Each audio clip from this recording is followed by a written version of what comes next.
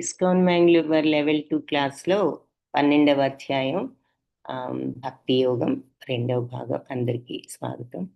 ఓం అజ్ఞానతిమిరాంధస్య జ్ఞానాంజనశలాకయ చక్షురున్మిళితం येन తస్మై శ్రీ గురవే నమః. నమో ఓం విష్ణుపదాయ కృష్ణప్రేష్ఠాయ భూతలే శ్రీమతే భక్తి వేదాంత స్వామి ఇతి నామినే. నమస్తే సరస్వతి దేవి గౌరవాణి ప్రచారిణే నిర్విశేష శూన్యవాది పాశ్చాత్య దేశధారిణే. हे कृष्णा करुणा सिंधो दीनबंधो जगत्पते गोपेश गोपिका कांता राधा कांता नमोस्तुते. तप्त कांचन गौरांगी राधे वृंदावनेश्वरी वृषभानुसुते देवी प्रणमामि हरिप्रिये. जय श्री कृष्ण चैतन्य प्रभु नित्यानंद श्री अद्वैत गदाधर श्रीवासादि गौर भक्त वृंद. हरे कृष्ण कृष्ण कृष्ण हरे हरे, हरे राम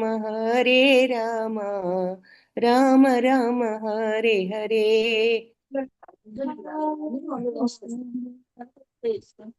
हरे कृष्ण कृष्ण कृष्ण हरे हरे, हरे राम राम राम हरे हरे.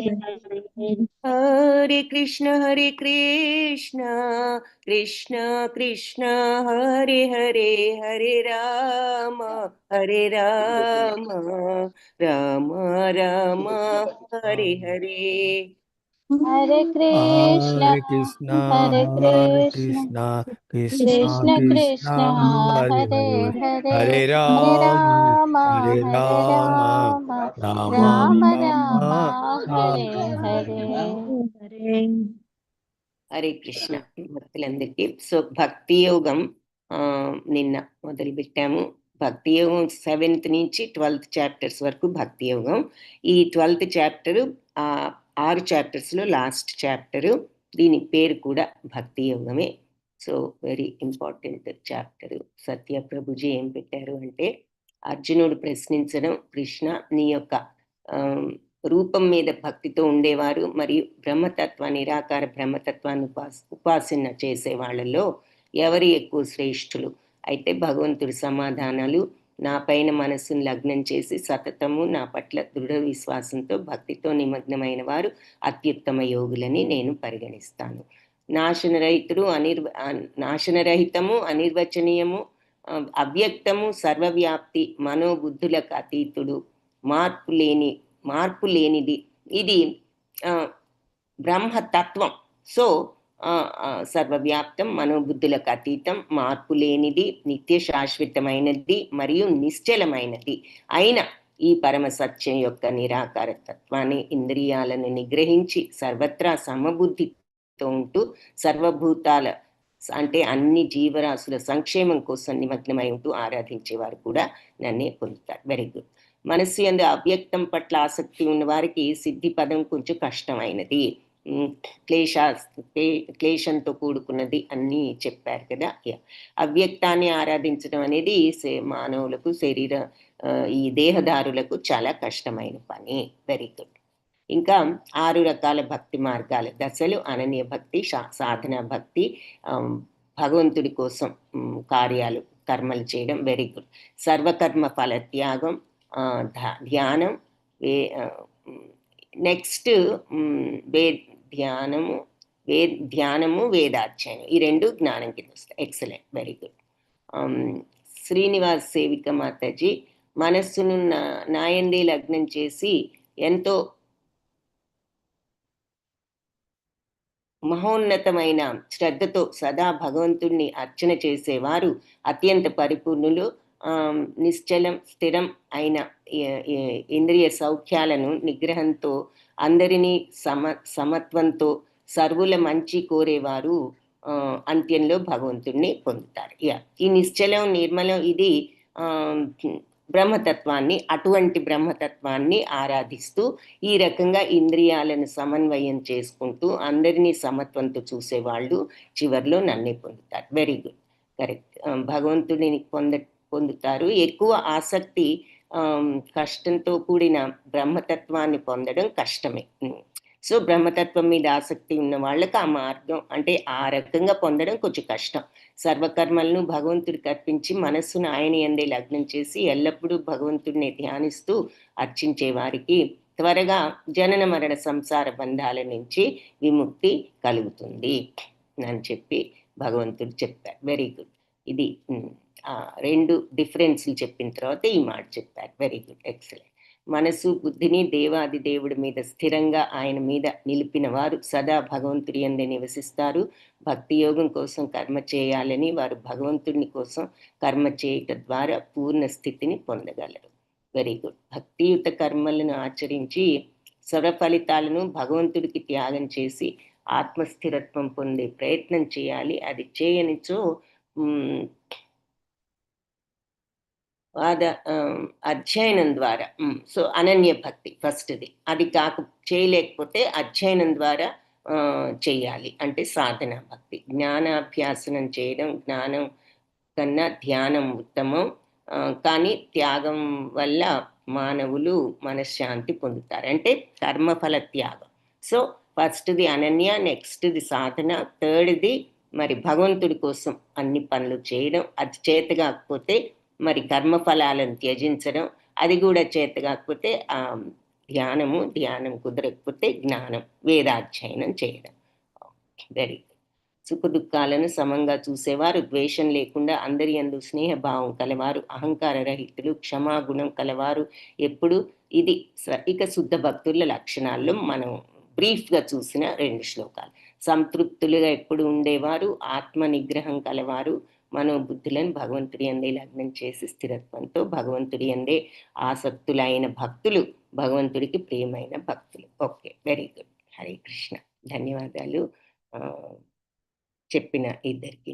సో మనం ఇక్కడ మళ్ళీ ఒకసారి చూసినట్లయితే అర్జునుడు ఎప్పుడు నిన్ను భక్తితో ఉపాసన చేసే వాళ్లకు, అక్షరతత్వాన్ని బ్రహ్మతత్వాన్ని ఉపాసన చేసేవాళ్ళు, వీరిద్దరిలో ఎవరు ఎక్కువ యోగ పరిపూర్ణులు అన్న మాట అడిగాడు. కాబట్టి భగవంతుణ్ణి ఇలా బ్రహ్మతత్వ రూపంలో, పరమాత్మ రూపంలో, ఆయన రూపంలో ఇలా 3 రకాలుగా అర్చించే వాళ్ళు ఉంటారు అని మనం ఇందాక నిన్న చెప్పుకున్నట్టు భాగవతంలో కూడా ఈ విషయం చెప్తారు.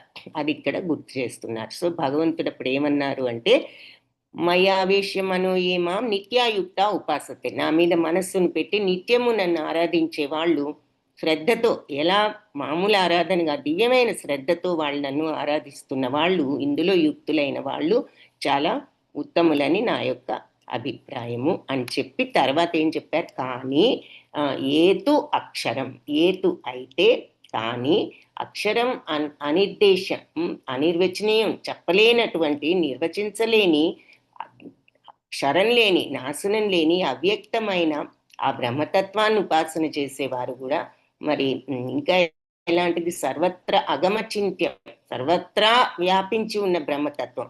అగమచింత్యం, మన ఊహకందనిది ఆ బ్రహ్మతత్వం. అది కూటస్థం, అచలం, కదలనిది, స్థిరమైనది, శాశ్వతమైనది అని అర్థం. అటువంటి బ్రహ్మతత్వాన్ని ఇంద్రియాలన్నిటినీ నిగ్రహించి సర్వత్రా సమబుద్ధయ్య, అందరినీ సమంగా చూస్తూ వాళ్ళు నన్నే పొందుతారు. తే ప్రాప్నువంతి మామేవ సర్వభూత హితే రత. ఎలాంటి వాళ్ళు అలా బ్రహ్మతత్వాన్ని ఆరాధించే వాళ్ళు అంటే ఇంద్రియాలను నియంత్రించుకోగలిగిన వాళ్ళు, అందరినీ సమంగా చూసేవాళ్ళు, అందరి మంచిలో ఆనందించేవారు. ఇటువంటి వారు నన్ను తప్పకుండా పొందుతారు. క్లేశో అయితే కష్టం, క్లేశోధిక తరస్తేషం, ఈ మార్గం కొంచెం కష్టం. దేహదారులకు ఇది కొంచెం కష్టమైన మార్గం అంటున్నారు. ఎవరైతే అన్ని కర్మలను కూడా నాకు సమర్పించి వేరే మార్గంలోకి వెళ్లకుండా ఇదే మార్గంలో నన్ను ధ్యానిస్తూ ఉపాసన చేస్తూ ఉంటే, అంటే కూర్చుని కళ్ళు మూసుకుని భగవంతుడిని 24 గంటలు చేయమని అర్థం కాదు. ఇక్కడ ధ్యానిస్తూ అంటే చేసేవాళ్ళు ఉండొచ్చు, బట్ ఇక్కడ అన్ని పనులు నాకు అర్పించి ఆ రకంగా నన్ను మనస్సులో స్థిరపరచుకుని ధ్యానించండి. మనం చెప్పుకునే ఎగ్జాంపుల్స్ ఏమిటి అంటే, ఈ భావం అర్థం అవడానికి మనకి ఇష్టమైన వాళ్ళు ఉంటారు. ఫర్ ఎగ్జాంపుల్, మన తల్లిదండ్రులో మన పిల్లలో ఎవరో ఒకరు, మనకి ప్రతి వారికి కొందరు ఇష్టలు ఉంటారు. వాళ్ళు మన కళ్ళ ముందు ఎప్పుడు ఉండరు, వాళ్ళ ముందు మనం ఎప్పుడు కూర్చుని ఉండం, కానీ వాళ్ళు ఎప్పుడు మన మనసులో ఉంటూనే ఉంటారు. వాళ్ళ యోగక్షేమాలు, వాళ్ళ పట్ల ప్రేమాభిమానాలు మనసులో ఎప్పుడూ ఉంటాయి. అలాగే భగవంతుణ్ణి మనం ప్రతి నిమిషం ఆయన ముందు కూర్చోకపోయినా ఏ పని చేస్తున్నా మనసులో ఈ రకంగా సుస్థిరం చేసుకోవడం అన్నమాట. సో ఏ పని చేసినా భగవంతుడికి అర్పిస్తున్నాను అనుకుంటూ ఇలా చేసినప్పుడు అలాంటి ధ్యానంలో ఉంటూ చేసే వాళ్ళను ఇక నేను అహం తేషాం, నేను వాళ్ళను సముద్ధర్త ఉద్ధరిస్తాను. ఎక్కడి నుంచి? మృత్యు సంసార సాగరాన్ని నుంచి. ఇక వాళ్ళు త్వరలోనే ఈ జనన మరణ చక్రం నుంచి వాళ్ళను నేను బయటికి విడుదల చేస్తాను అని చెప్తున్నారు. సరే, గజేంద్రుణ్ణి ఏ రకంగా మోక్షం ఇచ్చారో ఇక్కడ చూపిస్తున్నారు. అప్పుడు ఆ తర్వాత ఇదంతా చెప్పి డిఫరెన్స్ ఎవరైనా ఈ రకంగా ఉంటే నన్ను చేరుకుంటారు అని చెప్పి ఇప్పుడు భక్తి భావం అంటున్నారు. కాబట్టి అన్నీ నాకు అర్పించి ఆ అనన్య యోగంలో, అంటే ఆ రకమైన భక్తితో, అంటే ఈ భక్తిలో దశల గురించి చెప్పారు. అనన్య, ఎప్పుడు మనసు బుద్ధి ఏ పని చేస్తున్నా భగవంతుణ్ణి అలా మనం స్థిరంగా మనసులో నెలకొల్పగలిగిన, ఇది టాప్ మోస్ట్ స్టేజ్ అన్నమాట భక్తిలో. వాళ్ళు ఎప్పుడు నాలోనే నివసిస్తారు, అంటే సేమ్ భగవంతుడి యొక్క వేవ్ లెంగ్త్లో ఉంటారు. ఎందుకంటే వాళ్ళు ఏదైనా మనం ఒక అడుగు వేస్తే దేనిపై పైన వెళ్ళాలి అనుకున్నప్పుడు దాని వైపు నడవాలి కదా, నడిస్తేనే కదా గమ్యం చేరుతాం. ఇప్పుడు ఒక పాయింట్ ఉంది, మనం ఇక్కడి నుంచి అక్కడికి వెళ్ళాలి అంటే ఆ వైపు మనం నడవాలి, నడిస్తేనే కదా చేరుతాం. అక్కడికి చేరినప్పుడు ఆ ప్లేస్లో మనం ఉండిపోతాం వెళ్ళినప్పుడు, అలా నడిచినప్పుడు. అలా మైండ్ని కూడా ప్రసరింప చేయగలిగితే భగవంతుడి వైపు ఆయనకు చేరుతుంది. చేరినప్పుడు ఆయన థాట్లో మన థాట్ కలుస్తుంది. ఏకమవ్వడం అంటే అది అర్థం. సో ఆ వేవ్ లెంగ్త్లో ఉంటాం ఎప్పుడు. అది అలా కలవడానికి మార్గం ఏమిటి? మనం ఒక చోటు నుంచి ఒక చోటుకి వెళ్ళాలంటే ఒక బాట ఉండాలి, రోడ్డు ఉండొచ్చు, ఏదైనా కానీ ఒక మార్గం ఉండాలి, నడవడానికి మనం వెళ్ళాలి. సో ఇటువంటి బాట, ఈ మనస్సుతో మనం ప్రయాణం చేసే ఈ మార్గం ఎలా ఉండాలి అంటే శుద్ధంగా ఉండాలి, నిశ్చలమైనదిగా ఉండాలి, కల్మషరహితంగా ఉండాలి. అప్పుడే భగవంతుడి దగ్గరికి ఆ రోడ్డు ఓపెన్ అవుతుంది. కాబట్టి ఆ రోడ్డు ఓపెన్ అవ్వాలి అంటే మనం శుద్ధులం కావాలి మానసికంగా. శారీరక శుద్ధత్వం సరి ఎలాగూ దానికి అది ఉండగానే సరిగా, మానసిక శుద్ధత్వం ఉన్నప్పుడే మనం భగవంతుడి దగ్గరకు చేరగలం, ఆ రోడ్లో ప్రయాణం చేయగలం. కాబట్టి అక్కడికి వెళ్ళాలి అంటే, ఆయన మైండ్లో మన మైండ్ కలవాలి అంటే, మరి భగవంతుడి మీద ఆ యోగంతో మనం ఆయన వైపుకు మన మనస్సును తీసుకువెళ్ళాలి అంటే ఆ శుద్ధత్వం అనే బాట ఉన్నప్పుడే మనస్సు అటు ప్రయాణం చేయగలుగుతుంది. సో ఏదైనా అలాంటి శుద్ధ భక్తులు మనస్సును ఆయన మీద ఎప్పుడు కూడా వాళ్ళ మైండ్ అలా భగవంతుడి మీద స్థిరంగా వాళ్ళు భగవంతుడిని మనస్సులో ఉంచుకోగలుగుతారు. వాళ్ళ బుద్ధి ఏమిటి, వాళ్ళ మనస్సు ఏమిటి, భగవంతుడే కేంద్ర బిందువు వాళ్ళకు.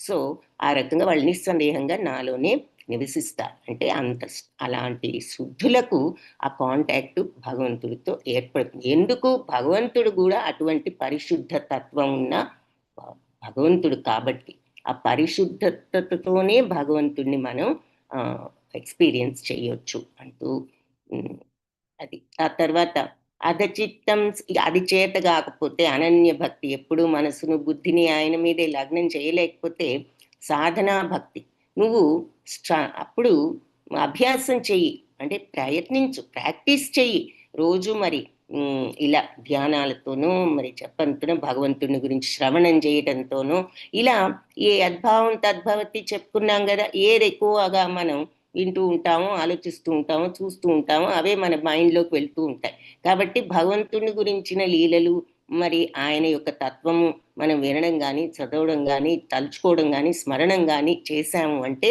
మరి మనకి భగవంతుడిని పొందాలి అనేటటువంటి ఆ భక్తిభావం పొందాలి అనేటటువంటి కోరిక వస్తుంది అని చెప్పారు.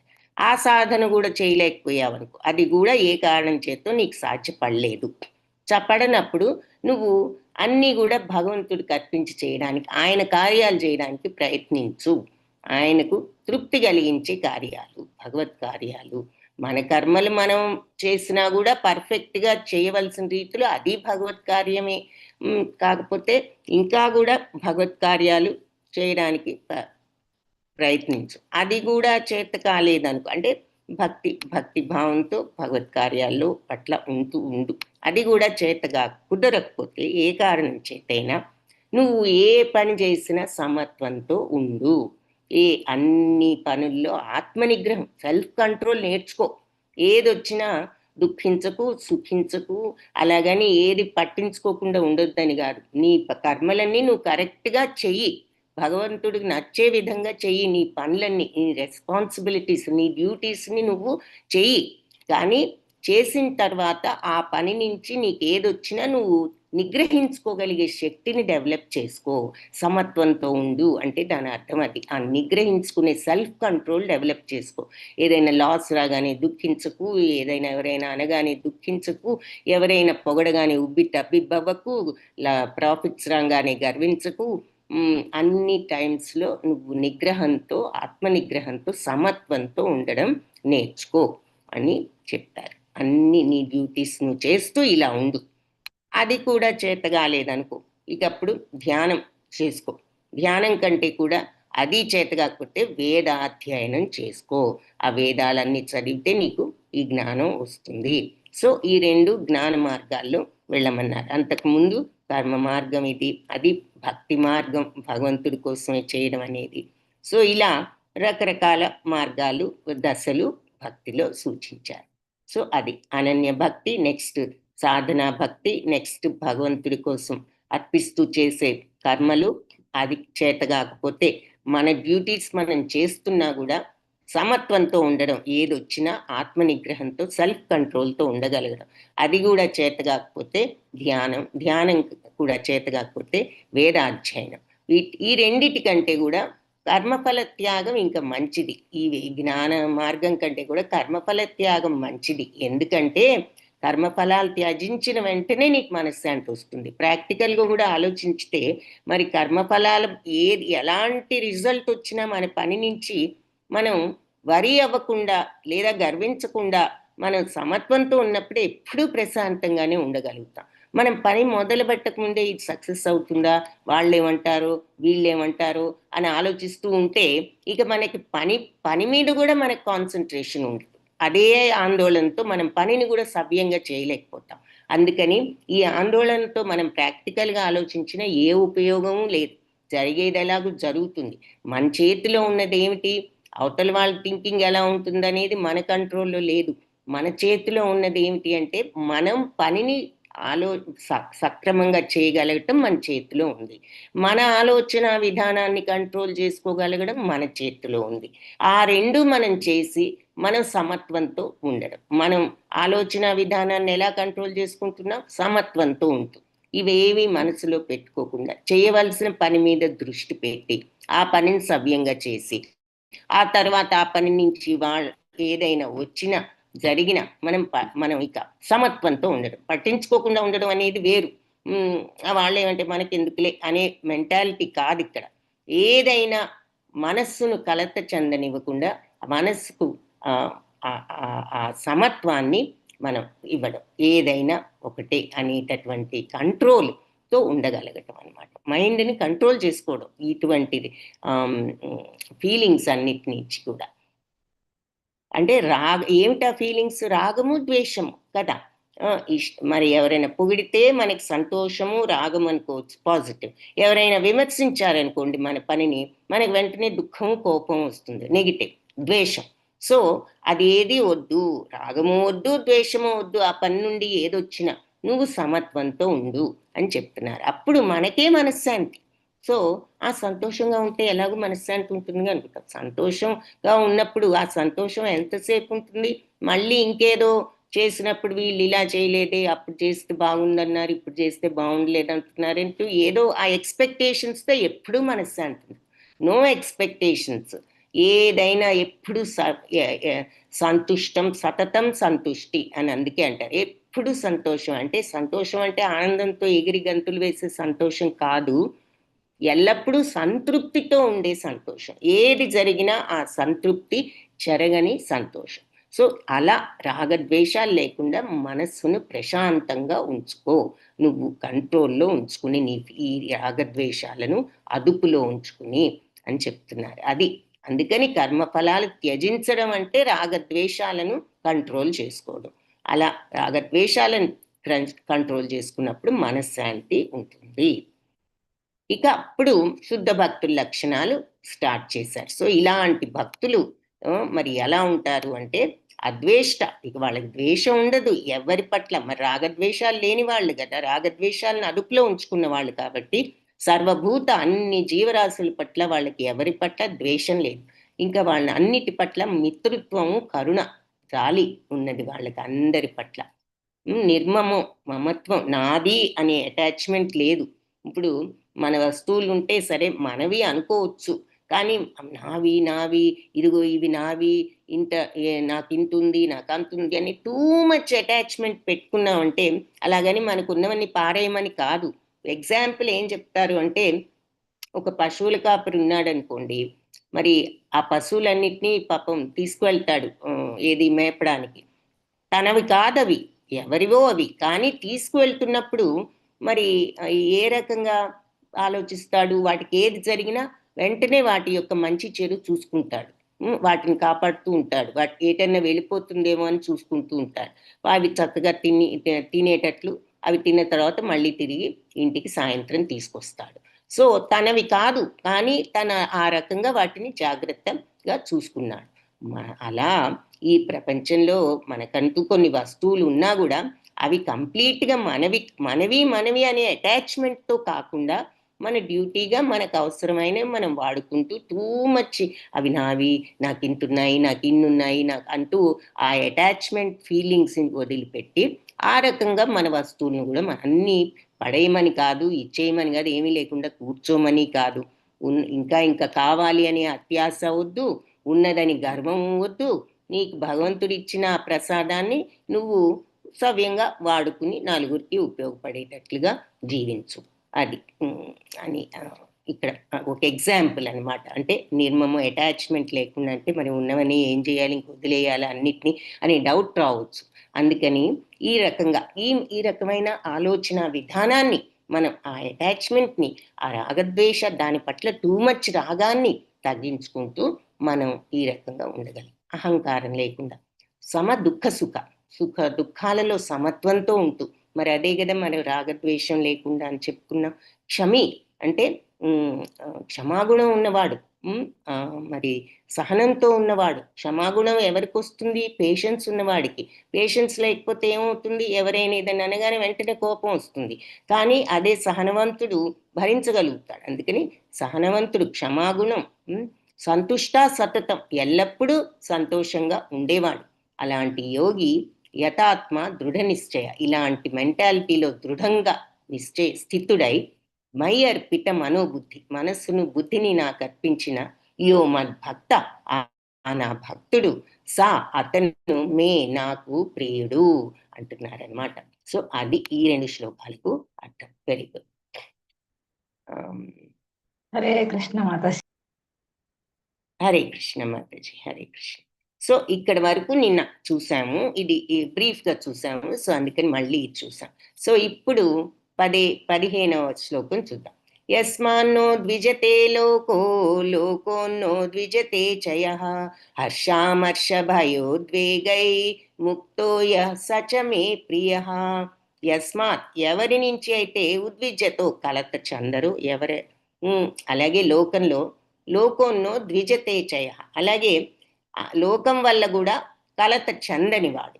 ఎవరు అతను లోకంలో ఎవరికి కలతను కలిగించడు. అలాగే ఎవరైనా అతనికి కలత కలిగించాలని ప్రయత్నించినా అతను కలత పడడు. అంటే ఇతను ఎవరిని ఒక మాట అనడు. ఎవరైనా ఇతన్ని ఒక మాట అన్నా అతను దానివల్ల కలత చెందడు. హర్షాం అమర్ష. హర్ష అంటే సంతోషంలోను, అమర్ష దుఃఖంలోను కూడా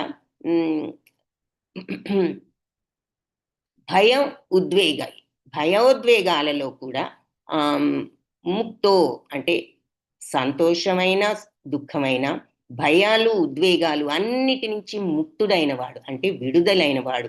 అతనికి సంతోషము లేదు, అసంతోషము దుఃఖము లేదు, ఎప్పుడు సమత్వమే. అలాగే భయము లేదు, ఉద్వేగము లేదు.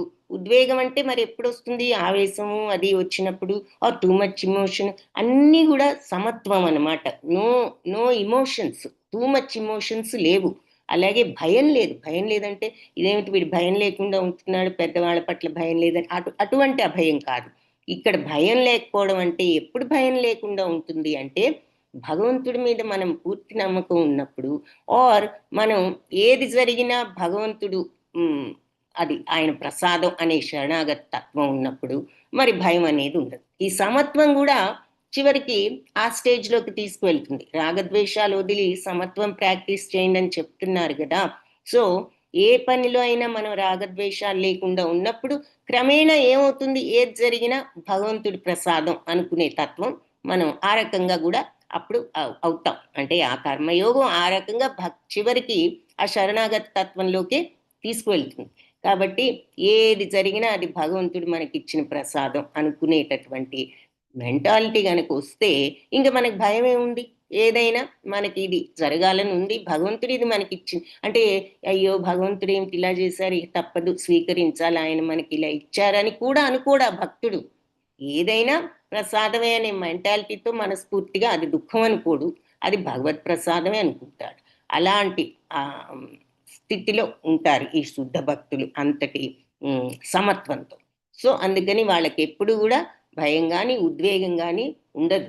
అలాగే అతను ఎవరైతే ఇలా ఉంటారో వాళ్ళు అతను చమే ప్రియ, నాకు ప్రియులు అని చెప్తున్నారు. సో ఎవరికి కష్టం కలిగించరు, ఎవరి చేత అతను కూడా కష్టానికంటే ఎవరికి కలత కలిగించడు. ఎవరైనా అతనికి కలత కలిగించినా అతను దానికి గురి కాడు, కలత చెందడు. సుఖదుఖాలలో భయోద్వేగాలలో సమచిత్తుడుగా ఉండేవాడు ఆయన మనిషి నాకు మిక్కిలి ప్రియుడు. అంటే ఇవన్నీ శుద్ధ భక్తుల లక్షణాలు అన్నమాట. అందుకని చెప్తా, శుద్ధ భక్తులు అంటే భగవంతుడికి ఎంతో ప్రీతి, అందుకని వాళ్ళ లక్షణాలని ఇలా చెప్తున్నారు. నెక్స్ట్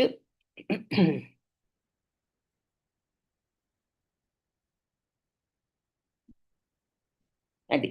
సో ఎవరికి కలత పెట్టరు, ఎవరిని వాళ్ళు కలత పడరు. అలాగే సుఖాలలో సమత్వంతో ఉంటారు. భయోద్వేగాల నుంచి విముక్తులైన వాళ్ళు ఇలాంటి వాళ్ళు. సో ఇమోషన్స్ అవి ఏమి అన్నిటినీ కంట్రోల్ చేసుకోగలిగిన వాళ్ళు నాకు ప్రియులు.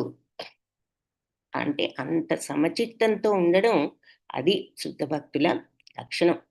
సో నెక్స్ట్ అనపేక్ష సుచిత్తక్ష ఉదాసీనో గతవ్యదః సర్వారంభ పరిత్యాగి యో మద్భక్త సమే ప్రియః. అనపేక్ష అంటే దేని పట్ల తీవ్రమైన అపేక్ష అంటే రాగం, అది కూడా. శుచి అంటే పవిత్రులు, దక్షత అంటే ఆ డిటర్మినేషన్, ఈ మార్గంలో అలా స్థితుడై ఉండగలిగిన వాడు. ఉదాసీనుడు అంటే ఏది జరిగినా సమత్వంతో ఉంటాం. మన వాళ్ళేమో ఆ ఉదాసీనత మామూలుగా మనం ఏమనుకుంటాం, వీడేమిటి ఏది చెప్పినా కూడా ఉదాసీనంగా ఉంటాడు, ఎక్స్ప్రెషనే ఉండదు అనుకుంటాం. కానీ అంటే మనం అలా మాట్లాడకుండా ఏ ఎక్స్ప్రెషన్ లేకుండా కూర్చోమని కాదు, పైకి ఎలా ఉన్నా ఇది మనస్సులో అలవర్చుకోవలసినటువంటి లక్షణం. అది పైకి మనం నలుగురిలో ఉన్నప్పుడు మామూలుగా మనం ఎలా మనం ఎక్స్ప్రెషన్స్, ఒక నవ్వు నవ్వినా ఏదైనా చేసినా చెయ్యొద్దని కాదు, చెయ్యొచ్చు. కానీ మనస్సులో మనం ఎలా సమత్వాన్ని ఉంచుకోవాలి అనేది. ఉదాసీనత్వం అంటే మానసికంగా మనం అలా ఉండగలదు. గత వ్యధ అంటే ఏ కలతలు కూడా లేకుండా, వ్యధలు లేకుండా ఉండగలిగిన వాడు. అంటే ఏదొచ్చినా ఇక వాళ్ళు అలా దుఃఖించరు, బాధపడరు. అటువంటి మనశ్శాంతితో ఉంటారు వాళ్ళు ఎప్పుడు. సర్వారంభ పరిత్యాగి అంటే ఈ ప్రాపంచిక విషయాల పట్ల ఇంట్రెస్ట్, అంటే అవే కావాలి అనే ఆసక్తితో ఉండరు వాళ్ళు.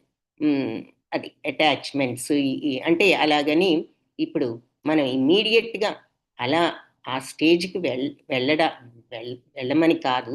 మన పనులన్నీ మనం చేస్తున్నా మానసికంగా ఈ కంట్రోల్, ఈ సెల్ఫ్ కంట్రోల్ని మనం నేర్చుకోవడానికి ఇంత క్లియర్గా ఈ విషయాలన్నీ మనకి చెప్తున్నారు. యో మద్భక్త, అటువంటి నా భక్తుడు, సమే అతను నాకు ప్రియుడు అంటున్నారనమాట. సో అది అనపేక్ష అంటే ఏది ఇది కావాలి అది కావాలి అంటూ ఏది కూడా ఆసక్తి, కోరికలు అంటే దాని అర్థం ఏంటి? తటస్థుడు, ఏదైనా ఒకటే అనుకునేవాడు. శుచి, పవిత్రుడు. దక్షుడు, సమర్థుడు అంటే ఈ మార్గంలో ఉండగల సమర్థత ఉన్నవాడు. ఉదాసీనుడు అంటే మనస్సులో అన్నీ కూడా సమానం, ఏదైనా సమత్వంతో ఉన్నవాడు. గత వ్యధ, ఏ దుఃఖాలు ఏ విషయంలో అతను ఇక దుఃఖం అనేది అతను పొందడు, ఎప్పుడూ ప్రశాంతంగానే ఉంటాడు.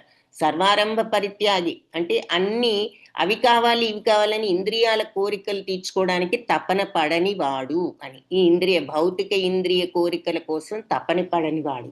యో మద్భక్త, అటువంటి నా భక్తుడు, సమే ప్రియ, అతను నాకు ప్రియుడు. అది. సో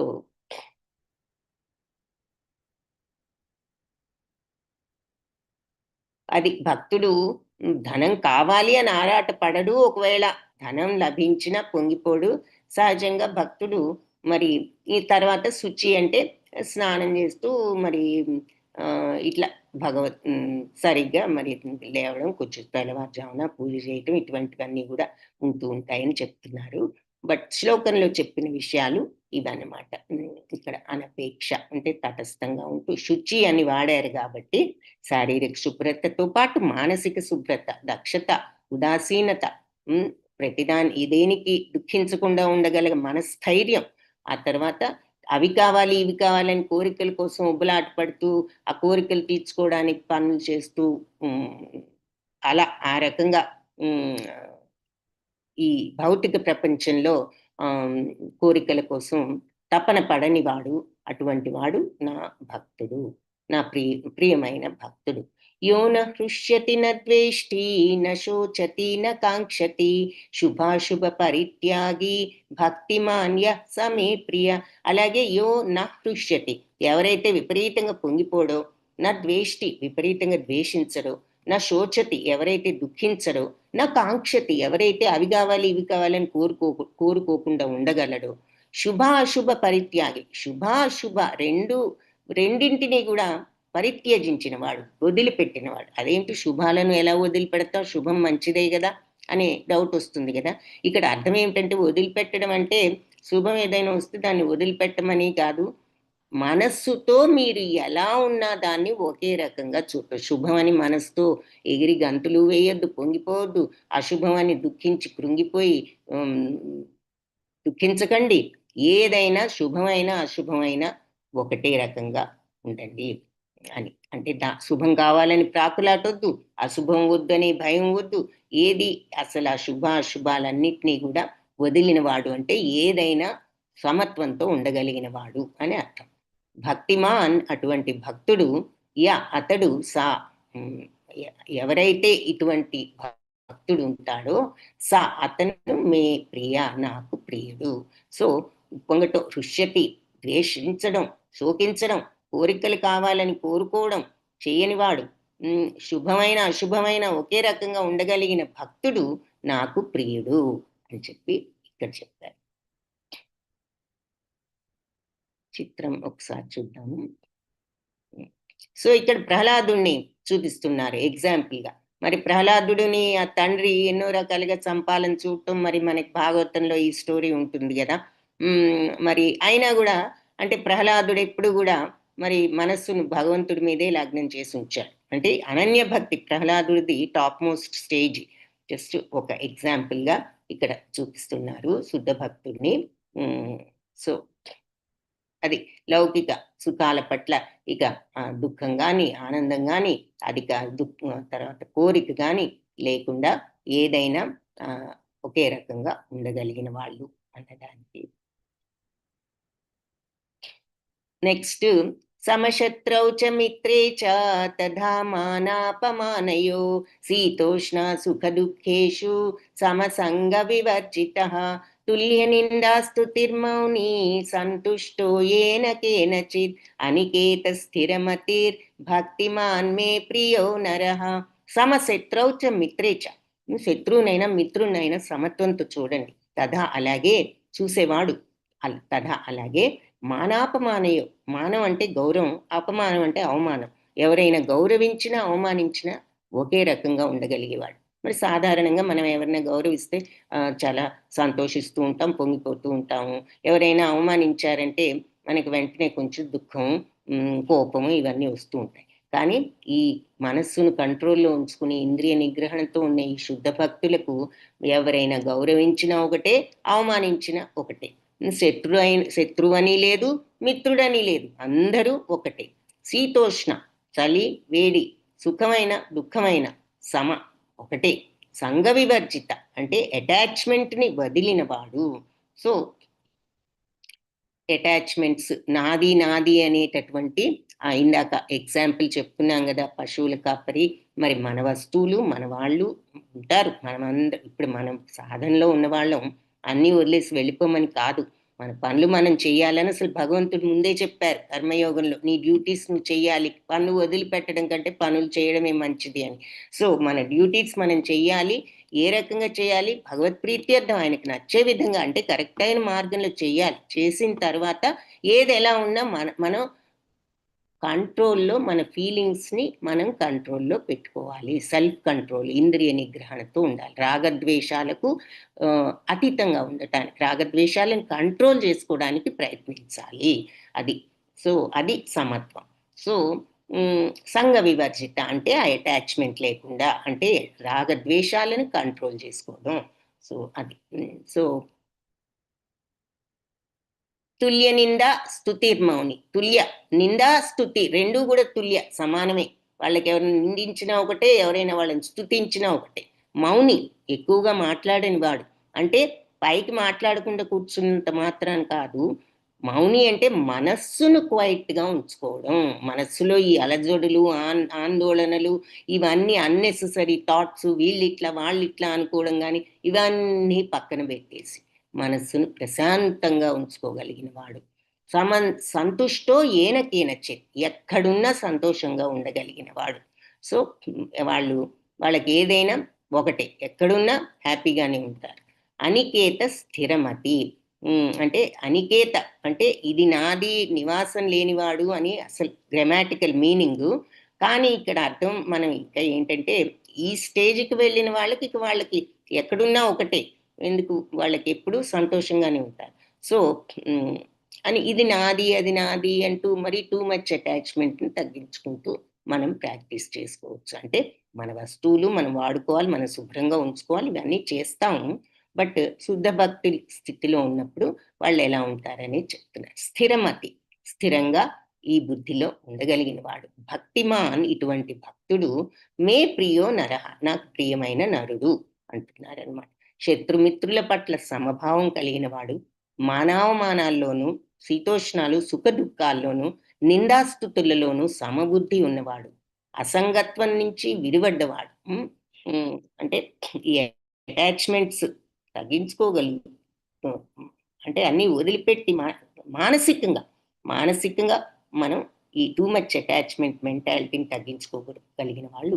సదా మౌని అంటే మనస్సును అన్నెసెసరీ థాట్స్ లేకుండా ఉంచుకోగలిగిన వాడు, దేంతోనైనా సంతోషం పొందేవాడు, నివాసం ఏదైనా లెక్క చేయని వాడు, జ్ఞానంలో స్థితుడైన వాడు. ఇలాంటి నా భక్తిలో నియుక్తుడైన మనిషి నాకు అత్యంత నాకు ప్రియుడు చెప్పి చెప్తున్నారు. సో అది లాస్ట్ 2 శ్లోకాస్ అన్నమాట.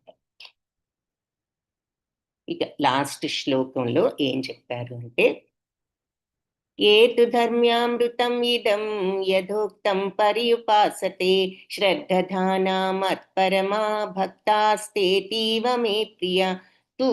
కానీ ఈ ధర్మ అమృతం అనేటటువంటి అమృతతుల్యమైన ఈ ధర్మాన్ని యథోక్తం అంటే ఇలా చెప్పిన విధంగా పర్యుపాసన ఎవరైతే నియుక్తులు ఆచరించడానికి ప్రయత్నిస్తూ శ్రద్ధతో మత్పరమ నన్ను శరణాగత తత్వంతో భక్తాస్తే అటువంటి భక్తులు అతీవ అంటే అటువంటి భక్తులు అతీవమే నాకు అతీవ మిక్కిలి ప్రియులు అంటున్నారు. సో ఈ భక్తి యోగం అనే ఈ భక్తి మార్గాన్ని ఎవరైతే ఇప్పుడు పరమగమ్యంగా చేసుకుని ఈ అమృత పదాన్ని అనుసరిస్తూ శ్రద్ధతో దీనిలో సంపూర్ణంగా నియుక్తులైన వారు నాకు అత్యంత ప్రియులు. అంటే ఈ క్యారెక్టరిస్టిక్స్ శుద్ధ భక్తుల లక్షణాలు కాబట్టి ఈ రకంగా ఉండడానికి ప్రయత్నించండి. సో ఎన్ని అని చెప్పి చెప్తున్నారు. ఏతు ధర్మ్యామృతం ఇదం, భక్తి యోగం అనే ఈ అమృత మార్గాన్ని ఇది భక్తి యోగం అంటే మనకి భక్తి యోగంలో దశలు చెప్పారు. ఆ భక్తులు శుద్ధ భక్తుల లక్షణాలు చెప్పారు. ఇవి వాళ్ళ క్వాలిటీస్. ఈ రకంగా అయిన మెంటాలిటీని మీరు ఎవరైతే ఈ మార్గాన్ని అనుసరిస్తూ నన్ను పరమ లక్ష్యంగా చేసుకుని భక్తిలో నెలకొని ఉండేవాళ్ళు నాకు అత్యంత ప్రియులు. సో మనం చూసినట్లయితే ఎప్పుడు భగవంతుడు ముందు చెప్పేది అద్వేష్ట సర్వభూతాన, ఎవరిని కూడా ద్వేషించవద్దు, అందరి పట్ల మిత్రుత్వంతో కరుణతో నాది అనే ఈ అటాచ్మెంట్లు ఈ స్వార్థాలు వదిలి, అంటే కంప్లీట్గా అన్నీ వదిలేయమని కాదు, మనకున్న దాంట్లో మనం చేయగలిగిన దాంట్లో నలుగురికి మంచి చేయాలనుకోవడం, మరీ స్వార్థభావంతో ఎప్పుడు ఉండకుండా, అహంకారం లేకుండా, సుఖ దుఃఖాల్లో మరి సమత్వంతో ఉండగలగటం, అంటే అసలు ముందు సెల్ఫ్ కంట్రోల్గా ఉండగలగటం, ఎప్పుడు కూడా తృప్తితో ఉండడం, దుఃఖంతోనూ కాకుండా ఇటు గర్వ ఆనందమును ఇవేవి ఒకటి ఎప్పుడు తృప్తిగా ఉండు అది అంటూ మై అర్పిత మనోబుద్ధి, మనసును బుద్ధిని భగవంతుడి మీద పెట్టు. తర్వాత మరి ఎవరిని బాధ పెట్టకు, ఎవరైనా ఏదన్నా నువ్వు వాళ్ళు కలత పడరు, వాళ్ళు సంతోషమైన భయం ఆందోళన వీటన్నిటి నుంచి విముక్తులై ప్రశాంత తత్వంతో ఉండేవాళ్ళు. ఉద్వేగం లేదు, భయం లేదు, అంటే భయం లేకపోవడం అంటే అలజడి లేదు కాబట్టి వాళ్ళకు సుఖమైన బాధైన మరి సమత్వంతో ఉంటూ అనపేక్ష, అంటే అవి కావాలి ఇవి కావాలని కోరికలు లేకుండా శుచి పవిత్రంగా ఉంటూ దక్షతతో ఎప్పుడు ఉదాసీనం అంటే మెంటల్గా ఏ స్థితిలో అయినా ఒకే రకంగా ఉండగలగడం, ఏ బాధలు ఏ విషయం బాధించకుండా ఉండగలిగిన వాడు, ఏ విషయంతో బాధింపబడకుండా ఉండగలిగేవాడు, సర్వారంభ పరిత్యాగి, అవి కావాలి ఇవి కావాలని తపన పడుతూ ఆ తపనతో ఉండకుండా ఉండేవాడు. అలాగే ద్వేషం కానీ రాగం కానీ దుఃఖం కానీ కోరికలు కానీ ఇటువంటివి తగ్గించుకున్నవాడు, శుభమైన అశుభమైన ఒకే రకంగా ఉండే భక్తుడు, శత్రువుని మిత్రువుని అవమానాన్ని మానాన్ని మరి సుఖ దుఃఖాలని అలాగే అటాచ్మెంట్స్ లేకుండా ఉండేవాడు, వీటన్నిటిలో సమభావంతో ఉండేవాడు. అటాచ్మెంట్స్ అంటే మన వాళ్ళందరినీ వదులుకోమని కాదు, కానీ ఇందాక మనం చెప్పిన ఎగ్జాంపుల్తో మన డ్యూటీస్ ఎప్పుడు పర్ఫెక్ట్గానే చేయాలి భగవంతుడు చెప్పినట్లు. తుల్య నిందా స్తుతి, నిందైనా స్తుతి అయినా ఒకే రకంగా ఉండేవాడు. మౌని, మనస్సును కంట్రోల్ చేసుకుని అన్నెసెసరీ థాట్స్ లేకుండా. సంతుష్టో ఏనకైనా చిత్, దేనితో అయినా సంతృప్తి పడేవాడు, ఎక్కడున్నా ఆనందంగా ఉండేవాడు. ఇట్లాంటి వాటిల్లో స్థిరుడైన భక్తుడు నాకు ప్రియుడు అని చెప్పి లాస్ట్ శ్లోకంలో చెప్పి ఈ అమృత మార్గాన్ని అనుసరిస్తూ నన్ను పరమ లక్ష్యంగా చేసుకుని భక్తితో ఉండేవాళ్ళు నాకు అత్యంత ప్రియమైన వాళ్ళు చెప్తున్నారు. ఇక్కడ కుచేలుడు భగవంతుని విజిట్ చేయటానికి వచ్చిన దృశ్యం చూస్తున్నాము. ఇక్కడ భక్తుడికి భగవంతుడు తప్ప వేరే అవసరం లేదంటూ ఒక చిన్న స్టోరీ. మరి కురుక్షేత్ర యుద్ధం ముందు దుర్యోధనుడు అర్జునుడు ఇద్దరు కూడా సహాయం అడగడానికి వస్తారు శ్రీకృష్ణుడి దగ్గరికి. అయితే ఆయన నిద్రపోతూ ఉంటే ముందు వచ్చిన దుర్యోధనుడు కాళ్ళ దగ్గర నేను పెద్ద రాజును కదా, తల దగ్గర కూర్చున్నామని ఆయన తల దగ్గర సింహాసనం ఉంటే అక్కడ కూర్చుంటాడు. తర్వాత వచ్చిన అర్జునుడు కాళ్ళ దగ్గర కింద కూర్చుంటాడు. సో ఈ నిద్ర లేచిన తర్వాత ఏమిటి ఇద్దరు ఇలా వచ్చారు అంటే, ఇలా నీ సహాయం కోసం వచ్చావంటే, సరే అర్జున నీకేం కావాలి అని అడిగితే దుర్యోధనుడు ఏమంటాడు, ముందు వచ్చింది నేను కదా, మరి నన్ను అడగడం న్యాయం కదా అంటే, ముందు నువ్వు వచ్చావేమో కానీ మరి నేను నిద్ర లేచిన వెంటనే నా కళ్ళకు కనిపించింది అర్జునుడు కదా, సో ముందు అర్జునుడిని అడగడమే న్యాయం అని చెప్పి భగవంతుడు ఒక మాట అంటారు. ఇక్కడ మనకు నేర్చుకోవాల్సింది ఏమిటి అంటే, అహంకారం అనేది వదిలిపెట్టగలరు. ఆ ఈగో మనకి ఈగో లేకుండా ఉండడం ఎంత ముఖ్యం అనేది ఇక్కడ ఒక చిన్న పాఠం. సరే ఏం కావాలి అని అడిగినప్పుడు భగవంతుడు ఏమంటారు, సహాయం కావాలి యుద్ధంలో అంటే, సరే నేను ఒక పక్క, నా సైన్యం ఒక పక్క ఉంటుంది, నీకేది కావాలి అంటే నాకు నువ్వే కావాలంటాడు. అప్పుడు దుర్యోధనుడు ఏమనుకుంటాడంటే, ముందడిగే ఛాన్స్ రాకపోయినా నాకు కావాల్సింది వచ్చింది, శ్రీకృష్ణుడు ఒక్కడే ఉండడం వల్ల ఉపయోగం ఏముంది, సైన్యం అంతా ఉంటేనే కదా మనకు ఉపయోగం, ఆ సైన్యం అంతా నా వైపు ఉంటుంది అనుకున్నాడు. అంటే ఇక్కడ భక్తుడు ఎప్పుడు కూడా భగవంతుడిని కావాలనుకుంటాడు అన్నది ఇంకొక పాయింట్ అన్నమాట. సో మరి భక్తుడు కాని వాడికి భగవంతుడు మీద కూడా ఉండదు కాబట్టి అది ఒక రెండవ విషయం చెప్తున్నారు. సో భాగవతంలో మరి నవవిధ భక్తులు చెప్పారు. శ్రవణం, కీర్తనం, విష్ణు స్మరణం, పాదసేవనం, అర్చనం, వందనం, దాస్యం, సఖ్యం, ఆత్మనివేదనం. శ్రవణం వినడం, కీర్తనం పాడుకోవడం, స్మరణం తలుచుకోవడం, స్మరించుకోవడం భగవన్నామం, పాదసేవనం, అర్చనం. మరి ఒక్కొక్క దానికి ఒక్కొక్క ఎగ్జాంపుల్ కూడా చెప్పారు కదా. శ్రవణం అంటే మనం పరీక్షిత్ మహారాజ్ భాగవతం వినడం, కీర్తనం మీరాబాయి ఆవిడ ఎప్పుడు మరి శ్రీకృష్ణ కీర్తనలు పాడుకుంటూ ఉండేది. విష్ణు స్మరణం అన్న దానికి భగవన్నామ జపానికి మరి హరిదాస్ ఠాకూర్ని మనకి ఇక్కడ ఆయన హరిదాస్ ఠాకూరు అనే ఆయన ముస్లిం మతస్థుడు. అయితే మరి ఆయన చైతన్య మహాప్రభు టైంలో వచ్చి హరే కృష్ణ మహామంత్రాన్ని ఉపదేశించమని భయపడుతూ అడుగుతాడు, ముస్లిం కదా నాకు అర్హత ఉందో లేదో అని. కానీ చైతన్య మహాప్రభు ఆయన దయతో ఆయన యొక్క మనస్సులో ఉన్న ఇంట్రెస్ట్ కాబట్టి కావాల్సింది ఆయనకి బోధించడం, ఆయన దాన్ని ఎప్పుడు కూడా ఆయన స్మరించుకుంటూ ఉండేవాడు మనసులో అయినా సరే. సో అందుకని ఆయన్ని స్మరణానికి ఎగ్జాంపుల్గా చెప్తారు. పాదసేవనం దానికి లక్ష్మీదేవిని ఎగ్జాంపుల్గా చూస్తాము. అర్చనం అంటే పృథు మహారాజు అర్చనం, వందనం ధ్రువ మహారాజు ఆయన చిన్నతనంలోనే వెళ్ళి తపస్సు చేయడం, దాస్యం మరి హనుమాన్జీ, సఖ్యం అర్జునుడు సఖ్యభక్తి, ఆత్మనివేదనం బలి మహారాజు. ఎందుకు మరి ఆయన సమస్తం పోతుందని తెలిసినా కూడా, గురువు గారు హెచ్చరించినా కూడా భగవంతుడే వచ్చి అడిగితే నేను ఇవ్వకుండా ఎలా ఉంటానని మరి ఆయన అంతా కూడా ఇచ్చారు కాబట్టి ఆయన ఆత్మనివేదనం. సో ఇది 9 నవవిధ భక్తులు మనకి సూట్ అయింది, మనం ప్రాక్టీస్ చేయొచ్చని భాగవతంలో చెప్పారు. హరే కృష్ణ కృష్ణ కృష్ణ హరే హరే, హరే రామ రామ రామ హరే హరే. కృష్ణం వందే జగద్గురుం. వాంఛాకల్పతరుభ్యశ్చ కృపా సింధుభ్య ఏవ చ పతితానాం పావనేభ్యో వైష్ణవేభ్యో నమో నమః.